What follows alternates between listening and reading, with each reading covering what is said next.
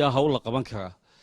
waxa weeye in isxog waraysiga la sameeyo xaalad kastoo magaalada ka jirta qaybaheedii kala duwanaayay mas'uuliyaddu saarnaayeen iyadoo intay naga dhimanay hadday noqoto wasaaradaha faracyadoodana shirarka dambe insha allahu tacaala aynu ku soo dari doono si aynu hawsheen oo dhani hal meel inoogu wada dhammaato waxaan aad uga mahadnaqayaa ciidanka biliiska shaqada adag ee ay u hayaan iyo immigrationkuba ummaddan oon leeyahay aad baan idinku bogaadinayaa run ahaantii qodobadii halkan la soo gudbiyey waa qodobada aynu shirkeena dambe kaga hadli doono marka idinkuna soo daristaan ay ka mid tahay xaaladda gaadhka aynu dee hoos iskaga waraysanay iyo xaaladihii kale qodobadan ku jirayba run ahaantii kulankeena saa la sheegayna wuxuu noqon doonaa in muxuu ahaayey bishiiba hal mar aynu ka dhiganno waxaa kaloo aynu samayn doonaa guddoomiyeyaasheeda waxaanu bilownay inaanu ka dhigno habeenkiiba inuu nin joogo oo habeen walba bilayska la soo xidhiiri doono qaybta ciidda heegankaa si hawsha loo wada socdo halkaana guddiyada nabadgelyada iyo dhammaantood ay u soo sheegi doonaan wixii jira si habeen kastabana uu heegan ahaado muxuu ahaa guddoomiye degmo cidda inta kalena ay dee kaabis u noqoto uunala shaqeeyo heeganka insha allahu tacaala uu heeganka la shaqayn doono aad baan idinku mahadnaqayaa dhammaantiin waxaan leeyahay shacbigana sidii uu shalay madaxweynuhu sheegay in waxa weeyaan bini aadmiga marka mas'uuliyadda cidda haysaa wax idiin sheegto aa ka qaadataan haddii ay khaldan yihiinna jaranjaro kastay tahay hadday annaga tahay hadday ku naga hooseeya tahay ay mas-uulkana ka sarreeya loo sheego ummadduna ay la shaqayso bilayska iyo muxuu ahaa degmooyinka iyo guddiga nabadgelyada haddaan la wada shaqayn waxba ma gelayaan dadweynaha waxaan leeyahay markaa waa inay la shaqeeyaan dhammaan waaxyaha kala duwan ee la shaqaynaya aad baa u mahadsantihiin aad baa muwaafiqna lima tuxib wa tarda in meeyirka maayirada xogayaha dhammaan guddoomiyaasha degmooyinka xildhibaanada dawladda hoose taliyayaasha ciidamada hadday noqoto immigration iyo hadday noqoto booliiskaba wassalaamu calaykum waraxmatullaahi tacaala wabarakaatu guddoomiyaasha nabadgelyada iyo guddoomiyaasha dawladda hoose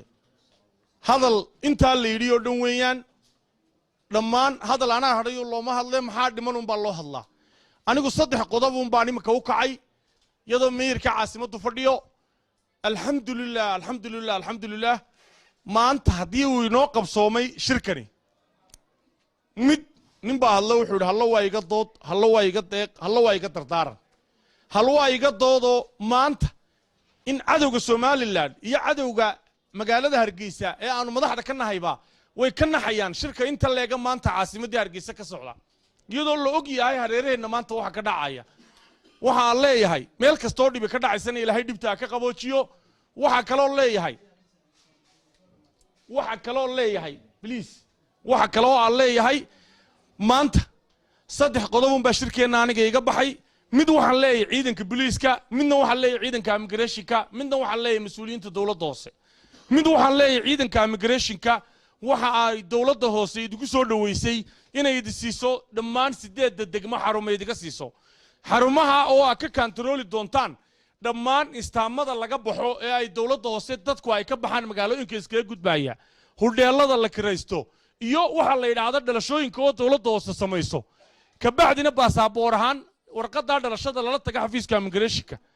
hudheelada la kiraysto guryaha gasawsyada iyo dadweynaha ka dhex ganacsada hadday noqotay ajaanibka immigrationka waxaanu garab buuxa ku siinaynaa in aanu degmooyinka iyagana ku amarnay inay intaaba kala shaqeeyaan immigrationkuna uu intaa iyo in ka badan kala shaqayn doono guddiyada loo soo sheegana ay kala shaqaynayaan mudanayaal iyo murooyinba assalaamu calaykum waraxmatullaahi wabarakaatu hadalku gabagabo inoo jooga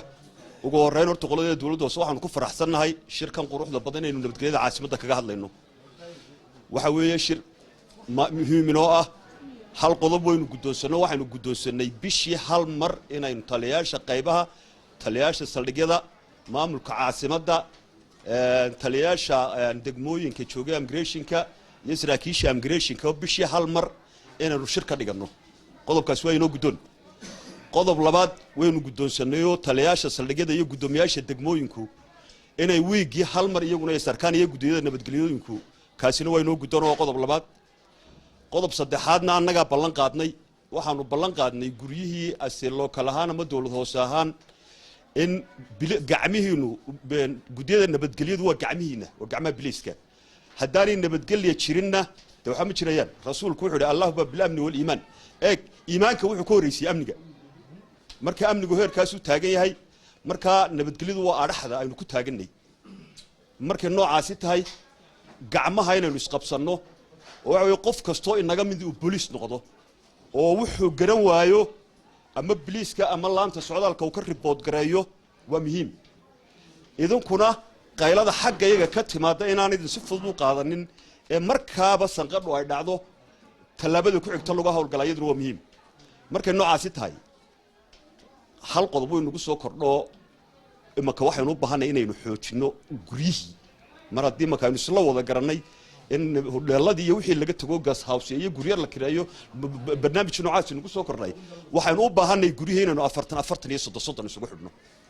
oo waliba gudiyada nabadgelyada ee saldhigyadu riboodka ay hayaan aynu cid kale haynin maayir ku-xigeenka xogayaha dirijo kasta ha lahaadee ciidamada qaranka Soomaaliland ee fadhiya gudiyada nabadgelyada guddoomiyeyaasha degmooyinka waxaan ku salaamayaa salaamta islaamka assalaamu calaykum waraxmatullaahi wabarakaatu intaa ka bacdi haddii aanu nahay anagu degmada 31 May taliyaha saldhigga iyagu waa xariir ninkaa la yidhaaho xariir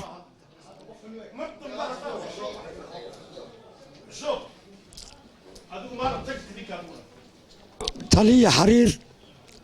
waa nin aad iyo aad noola firfircoon wixii waree aan u keenno ee gudiyada nabadgelyadu u keento bishiiba mar haddii aan ruud gura la raacinna dee laysmooga marka waxaa leeyahay horta taa waynu sii adkaynaynaa weliba aynu dee isuimaad firun maaha ee in la wada shaqeeyo telefoonada la kala qaato saacad loo wada socdo weeye nin walowbana waxaad ogaataa inaan cid u shaqaynayn naftaaduna shaqaynayso xaaladeennu sidii aynu u sugno nabad ama xaafaddu u gudbisana si fiican buu noola qabtaa xagga wardoonka waa niman tababaran oo waliba sirdoonka ku tababaran booliiskuna day jusaare ahaan wuu adeegsan karaa ama dharcad oo way wada shaqaynayaan marka wax badanna waa inay way idinka caawinayaan marka nabadgelyada uga baahataanna de way idinla shaqaynayaan oo de waa ciidan tababaran oo waxa weeyaan waad hawlgelin kartaan dambiila way idinla soo qaban karaan meesha xashiishada idinkala hawlgelayaan meesha khamriga lagu iibinayo waxaasoo dhan